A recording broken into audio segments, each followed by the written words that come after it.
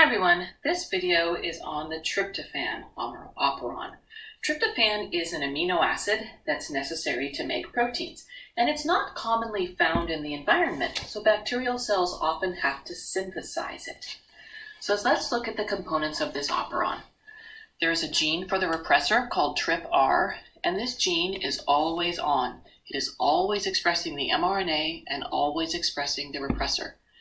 This repressor plays an integral role in the operon, but it's not connected to the operon.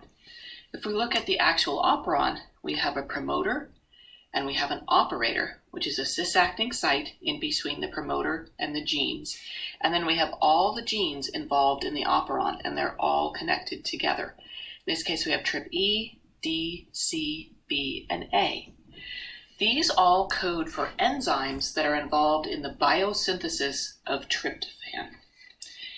The resting state for this operon is it's on. In other words, the genes are being expressed in the resting state.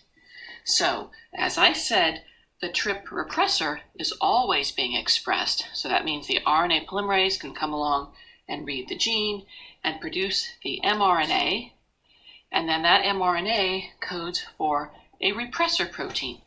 And this repressor protein has a specific shape that makes it unable to bind to the operator region in its current shape. Now, normally, as I said, cells do not have tryptophan in the environment, so they have to make their own. And that means that the RNA polymerase would come along here and bind to the promoter and read all through the genes and produce a polycistronic mRNA that then would code for the different enzymes involved in the biosynthesis of tryptophan.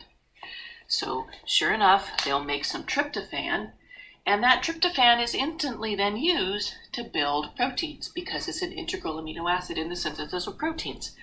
So the RNA polymerase would have to keep reading along, making more mRNA, and make more of the biosynthetic enzymes involved in making more of the tryptophan. Now, if all of a sudden tryptophan was available in the environment, why would the cell want to make something that was available for free? When tryptophan is available in the environment, it can actually bind to the tryptophan repressor. This changes the shape of the tryptophan repressor so that it now fits and binds to the operator region. This blocks the RNA polymerase. After it's bound to the promoter, it can no longer have access to the genes. So what we have is the operator being blocked by both the repressor and tryptophan, which in this case is acting as a co-repressor. When the repressor is bound to tryptophan, changes its shape, allows it to bind to that operator. That turns off the expression of the biosynthetic genes responsible for making tryptophan. But as I said, when tryptophan is available in the environment, why would you want to make something that's available for free?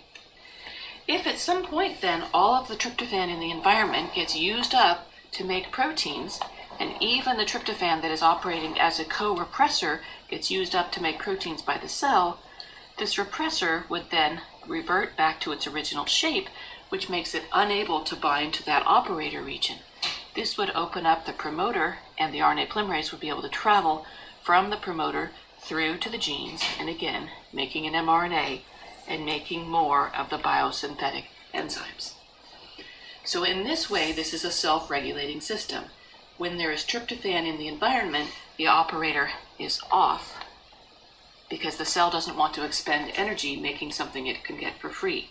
When there is no tryptophan in the environment, the repressor is not able to bind to the operator, and the operon is on, so the genes are able to be expressed, and tryptophan can be made for the cell.